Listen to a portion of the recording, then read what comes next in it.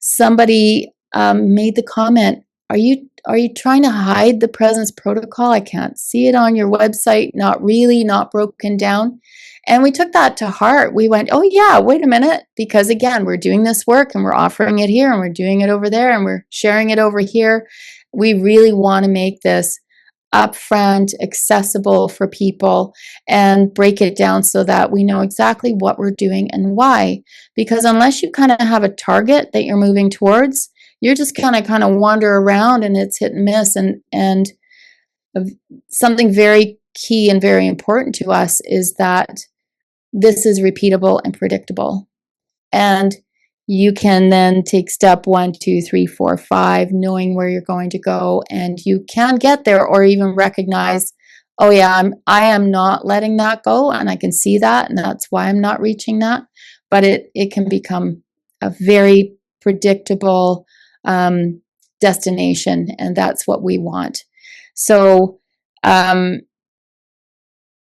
when we broke down the presence protocol, a lot of these things will be familiar to you, and even the work I was doing before in different practices, it's pieces from several places, and really what we're doing is connecting some dots and connecting a kind of an underneath foundational piece that we know is really important. But yeah, you're going to recognize some of these things as being in use in different places, different practices. So the presence protocol, let me see, where did I put that? Tab. Okay.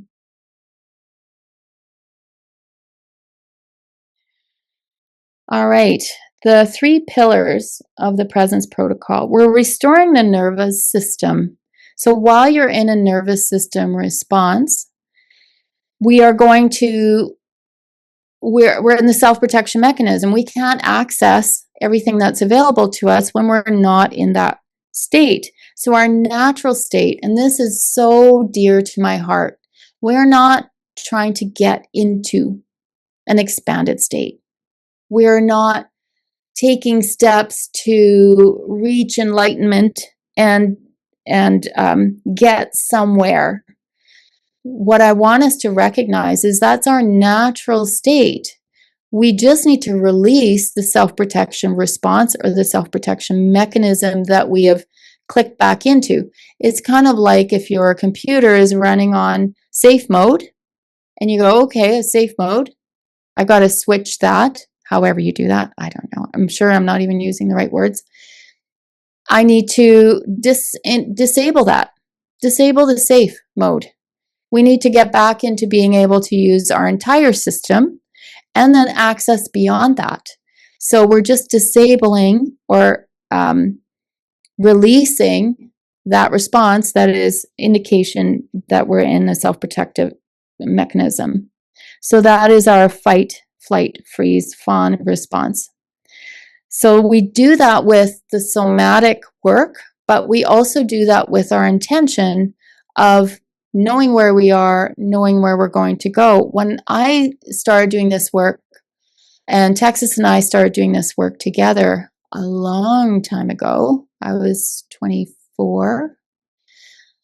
It was done just with intention, just with the recognition that based on our emotions, we could see if we are being heart-led or ego-led. And we could then choose, just in that intention switch, choose to be heart-led or spirit-led. I guess because there was some prayer involved with that, because that was part of a religious process, there was some releasing that happened in that. But it was very undefined and a little, a little bit hard to get to.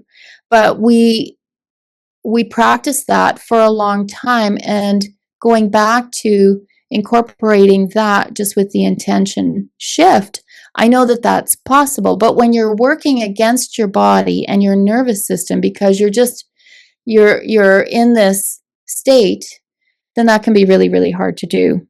So restoring the nervous system is really important to just get your body on board. So you're not fighting your body. You want your mind and your heart and your body to all be in alignment with your truth and with what you're accessing through your intuitive mind from the field. Releasing subconscious blocks and identity adaptations. Because part of the protocol is seeing what it has arisen, and with that awareness, you will be shown, especially when you do release that response and you open up to being shown by your intuitive mind what's actually happening in your system. Because there is a pattern that has been triggered that probably has quite a few different touch points, and it has a root somewhere, and you're accessing that because that's how your body's designed. This is how your mind's designed, to look back at an old response. What did we learn from that? We better do that here because we're taking that into our future. So there's something activated in that moment. And when we see what's there, allow ourselves to see what's there. Maybe a memory is replaying in our mind. We see it in our mind. We may hear an old conversation taking place, or we may hear a repeated message that was given to us over time by a parent or authority figure. You're stupid. Why'd you do that? What's wrong with you? We may hear that, right? We're in a response. We hear these things. What's wrong with you? We may see someone's glaring eyes looking at us when they're asking, what's wrong with you? And you may be remembering other times where you've done these same stupid things that I just did just now. And how did I feel and how did I respond? Well, I felt lousy and I hid. And I'm safe to this point in time, so I guess I'll do that again. I'm just going to be consumed with guilt. I'm going to be totally embarrassed. I'm going to hide in my room, and I'm just going to avoid that person, and maybe they'll just go away and I won't have to deal with it again.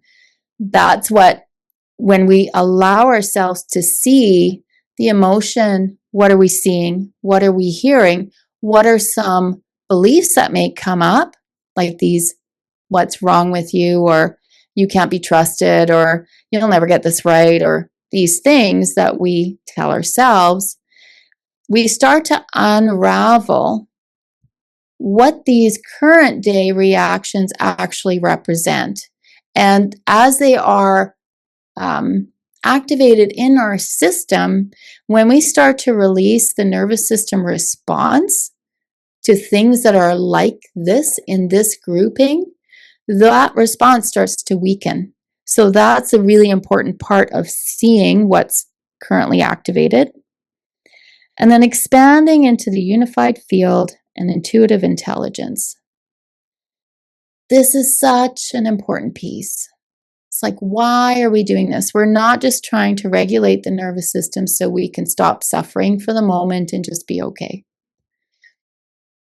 That big, expansive, big perspective, big emotion, creative ideas, inventive ideas come from the field. Anything that's brand new comes from the field. And when we have released that self-protection mechanism that's been activated, we naturally open up to the field through the intuitive mind. So this is the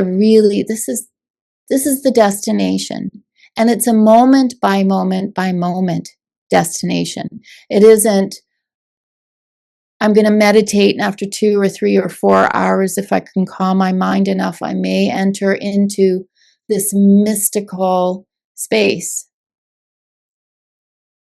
Our heart here is that's where you're supposed to live.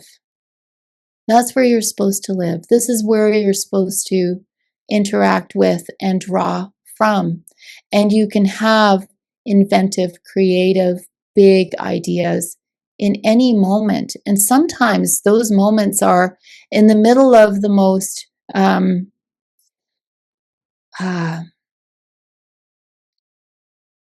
difficult times, difficult interactions, or difficult moments in your circumstances where all of a sudden you can recognize that you're in this self-protection mechanism, shift out of that by calming the nervous system, calms the body. Calming the body calms the mind. The mind can go into a meditative state when it's in an alpha brainwave pattern, and we can then open up into accessing all that is here for us, and that is meant to be part of our moment by moment experience. So